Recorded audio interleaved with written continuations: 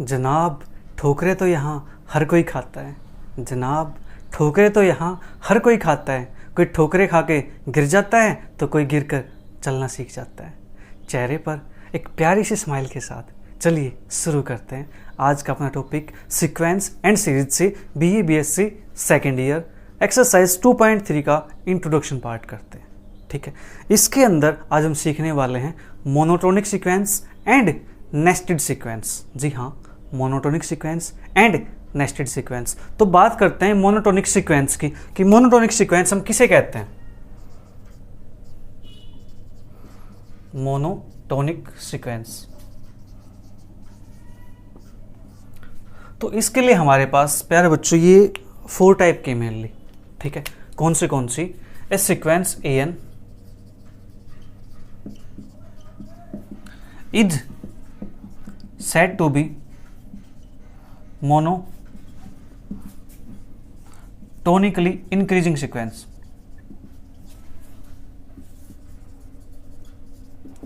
If कब कहेंगे? If AN plus 1 greater than is equal to AN for all n belongs to n के लिए। ठीक है, उसके बाद हमारे पास दूसरी टाइप इस सीक्वेंस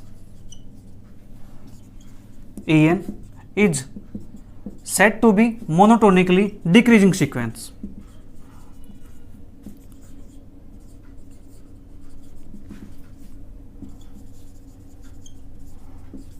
If AN हमारे पास क्या हो जाए greater than is equal to AN plus 1 for all n belongs to n के लिए। एंड तीसरी टाइप हमारे पास क्या है इस sequence AN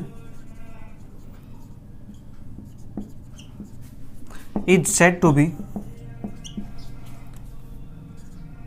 strictly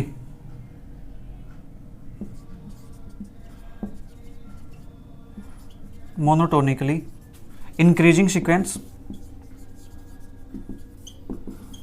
if AN plus 1 greater than AN for all n belongs to n के लिए। एंड 4 टाइप हमारे पास है इस sequence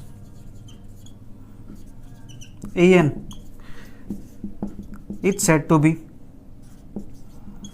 strictly monotonically decreasing sequence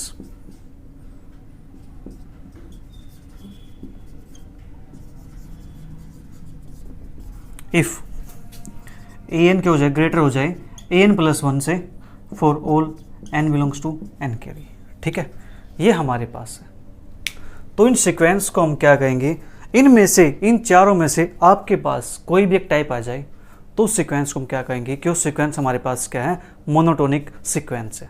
ठीक है, समझ आया क्या है। फर्स्ट क्या कहता है, अगर आपके पास जो AN plus 1 greater than is equal to हो जाए AN के लिए तो उस सीक्वेंस को हम कहेंगे कि सीक्वेंस मोनोटोनिकली इंक्रीजिंग सीक्वेंस है। ठीक है, अगर ये AN अब की बार अगर AN बड़ा हो जाए AN plus 1 से तो इस सीक्वेंस को हम कहेंगे कि ये सीक्वेंस हमारे पास कैसी है मोनोटोनिकली डिक्रीजिंग सीक्वेंस है। ठीक है, और सीक्वेंस AN है अगर ये सीक्वेंस हमारे पास सिर्फ ग्रेटर हो जाए greater than is equal to ना होकर सिर्फ ग्रेटर हो जाए AN plus 1 A से बड़ा हो तो इसको क्या कहेंगे स्ट्रिक्टली मोनोटोनिकली इंक्रीजिंग सीक्वेंस। और अगर AN बड़ा हो जाए AN plus 1 से तो इसको कहेंगे हम स्ट्रिक्टली मोनोटोनिकली डिक्रीजिंग सीक्वेंस। ठीक है, समझ आइए। अब इनके एग्जाम्पल देखते हैं। देखो एग्जाम्पल इसका क्या होगा, एक सीक्वेंस है, सीक्वेंस लिख रहा हूं मैं यहाँ पे 1 1 2 2 3 3 4 4। जो ये सीक्वेंस है हमारे पास, ये सीक्वेंस हमारे पास कैसी है मोनोटोनिकली इंक्रीजिंग सीक्वेंस। ठीक है, तो देखो नेक्स्ट टर्म हमारे पास पहले टर्म AN फिर अगली टर्म AN plus 1 है। ठीक है, यानी फर्स्ट टर्म क्या है N, अगली N plus 1। तो टर्म है जो हमारे पास क्या हो रही है इक्वल हो रही है, फिर इसके बाद टर्म 2 आ गई फिर 2 आ गई। तो ये हमारे पास सीक्वेंस क्या होती जा रही है, एक एक टर्म आगे बढ़ती जा रही है और इक्वल टू भी होती जा रही है। तो ये सीक्वेंस हमारे पास क्या बनेगी मोनोटोनिकली इंक्रीजिंग सीक्वेंस। अब बात करते हैं मोनोटोनिकली डिक्रीजिंग सीक्वेंस की। तो सीक्वेंस ले लेते हैं 1 1 1/2 1/2 1/3 1/3 1/4 1/4। जो ये सीक्वेंस हमारे पास, ये सीक्वेंस हमारे पास क्या है मोनोटोनिकली डिक्रीजिंग सीक्वेंस है। ठीक है। अब बात करते हैं इस सीक्वेंस की। Sequence A N said to strictly monotonically increasing, strictly होनी चाहिए। तो इसका एग्जांपल हम क्या ले सकते हैं, इसका एग्जांपल हम ले सकते हैं एन स्क्वायर, एन ले सकते हैं इसका एग्जांपल हम, और आप लेना चाहो यहाँ पे 2⁻n, इस टाइप से आप इसका एग्जांपल ले सकते हो। ठीक है, आप इसको सोल्व करोगे क्या आएगा 1 4 9 16। ठीक है, तो इस सीक्वेंस क्या हो रही है, इंक्रीज होती जा रही है, इंक्रीज। ठीक है, कोई भी टर्म इक्वल नहीं आ रही है, तो क्या हो रही है, स्ट्रिक्टली इंक्रीज हो रही है। ठीक है, अब सेम ही एग्जांपल को हम क्या करें, यहाँ पे पुट कर दें 1/n स्क्वायर कर दो, 1/n कर दो। ठीक है, और ये हमारे पास क्या हो जाएगा 1/2n, इस टाइप से। तो ये हमारे पास क्या हो गई, monotonically, strictly monotonically decreasing sequence. इन चारों में से आपके पास कोई भी टाइप दिख जाए तो सीक्वेंस को हम क्या कहेंगे कि ये सीक्वेंस कैसी है, मोनोटोनिक सीक्वेंस है। ठीक है, समझ आया? जल्दी से इसको नोट कर लीजिए। फिर इसकी बात करते हैं कन्वर्जेंस पे, कि monotonic convergence sequence, monotonic convergence theorem, sorry. ठीक है, जल्दी से नोट करो इसको।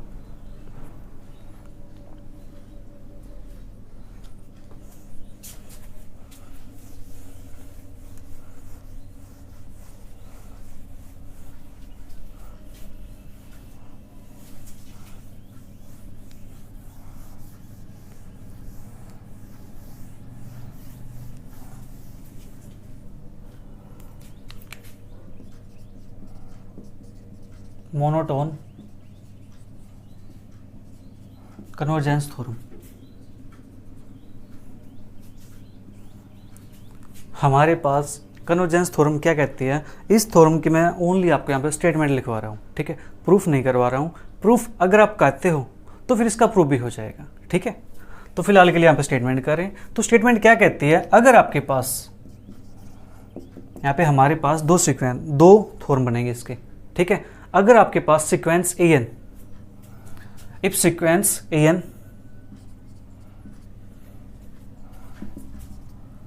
Is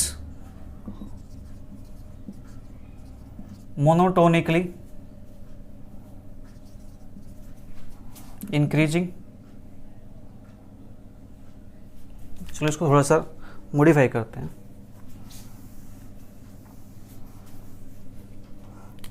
monotonically increasing sequence AN is bounded above, then it is converges to its least upper bound।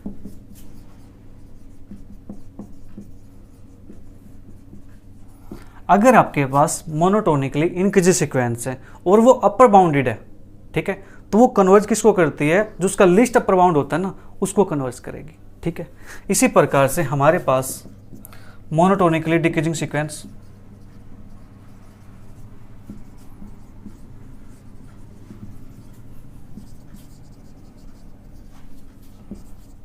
AN is bounded below, then it converges to its greatest lower bound।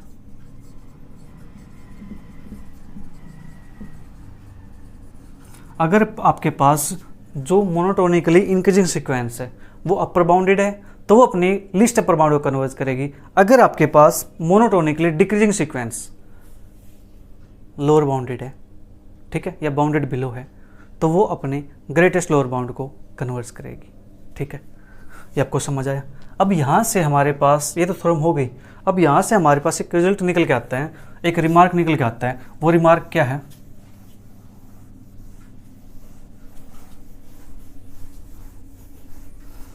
देखो यहीं से निकल के आएगा रिमार्क हमारे पास एक, उसको नोट कर लीजिए। काम का रिमार्क है,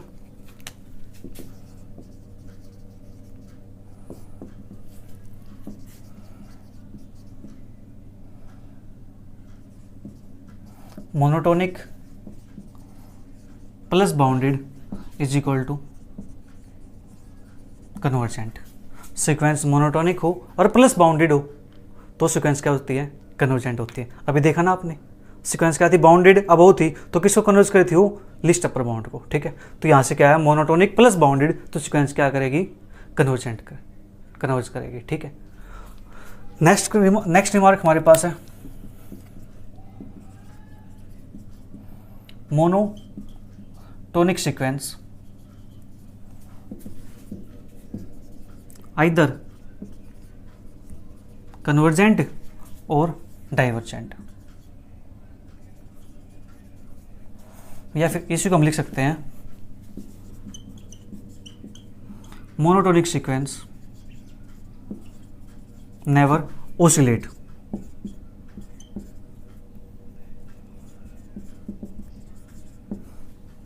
क्या है, जो मोनोटोनिक सीक्वेंस होती है वो या तो कन्वर्ज करती है या डाइवर्ज करती है, वो दोनों काम नहीं करती कि वो ओसिलेट कर जाए, कन्वर्ज भी डाइवर्ज भी, कन्वर्ज भी डाइवर्ज, ऐसा नहीं करती। वो या तो कन्वर्ज करेगी या फिर डाइवर्ज करेगी। ठीक है, तो इसको लिख सकते हैं दूसरे तरीके से हम कि मोनोटोनिक सीक्वेंस नेवर ओसिलेट, ये ओसिलेट नहीं करते। अब देखो, जो हमने थ्योरम पढ़ी अभी, मोनोटोन कन्वर्जेंस थ्योरम, उसी से हमारे पास एक रिजल्ट और बनता है, एक थ्योरम और बनती है। वो थ्योरम हमारे पास क्या बनती है, अभी देखो उसके अंदर क्या था कि वो हमारे पास बाउंडेड अबव थी। ठीक है, अगर वो अनबाउंडेड अबव हो जाए तो क्या करेगी, देखो monotonic increasing sequence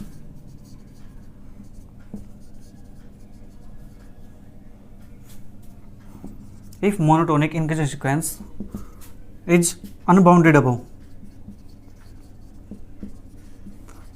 then it diverges to plus infinity. अगर आपके पास monotonic increasing sequence unbounded above हो जाती है तो सीक्वेंस क्या करती है, प्लस इन्फिनिटी को डाइवर्ज करती है। ठीक है, नेक्स्ट फॉर्म हमारे पास क्या है, सेम यहां से इंक्रीज है तो डिक्रीज हो जाएगा। if monotonic decreasing sequence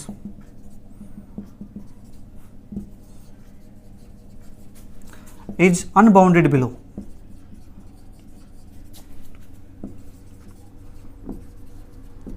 then it diverges to minus infinity।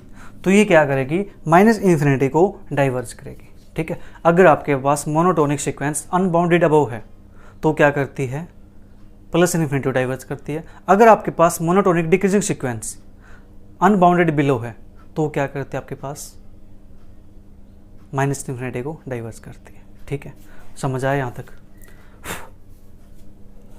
जल्दी से इसको नोट कर लीजिए।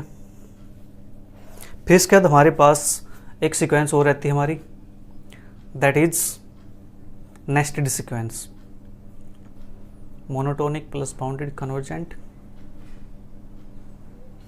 ठीक है,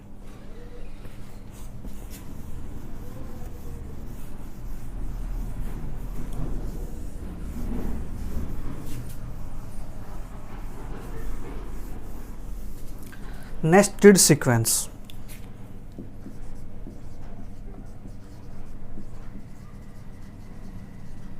नेस्टेड सीक्वेंस क्या होती है प्यारे बच्चों, ये सीक्वेंस इंटरवल के सीक्वेंस होती है। ठीक है, इस सीक्वेंस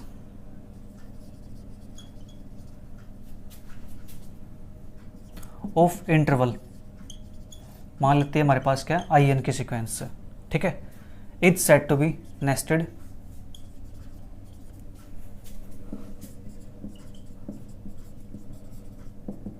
इफ, अगर हमारे पास क्या हो जाए, जो I1 है वो सब सेट हो I2 का, I2 सब सेट हो I3 का, एंड सब सेट हो डॉट आगे तक चलता जाए। या फिर ये इस प्रकार भी हो सकता है, I1 सुपर सेट हो सकता है I2 का, फिर I2 I3 का हो सकता है, फिर ये I4 का हो सकता है, एंड सो ऑन, ये चलता जाए। अगर आपके पास इस टाइप के सीक्वेंस आते हैं तो सीक्वेंस को हम क्या कहेंगे, ये हमारे पास नेस्टेड सीक्वेंस है। ये सीक्वेंस किसकी है, इंटरवल्स की सीक्वेंस है। ठीक है, इंटरवल पे काम करते हैं, समझ आया। अब इसके बाद हमारे पास एक प्रॉपर्टी इसकी नेस्टेड सीक्वेंस प्रॉपर्टी,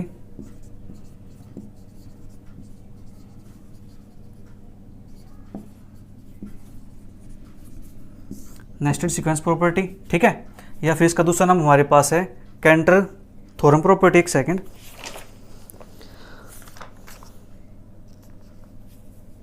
ठीक है, तो दूसरा नाम हमारे पास क्या, canter intersection theorem.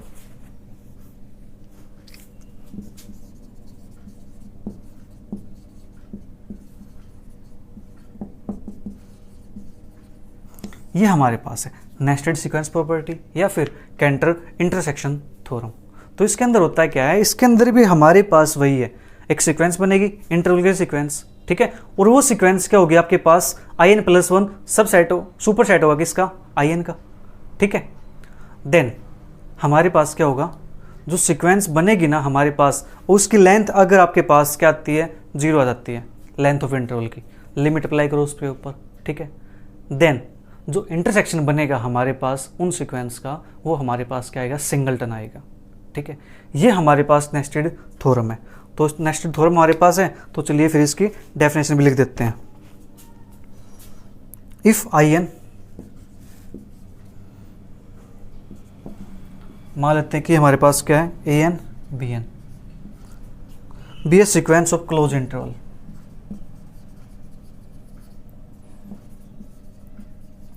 sequence of closed interval such that first हमारे पास क्या है, जो in+1 है वो हमारे पास क्या सबसेट है, किसका, in का, for all n belongs to n के लिए।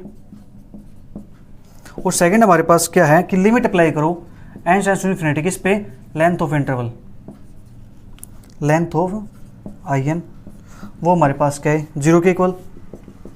और थर्ड हमारे पास क्या है, then intersection n is equal to 1 to infinity in का हमारे पास क्या आएगा, इज सिंगलटन।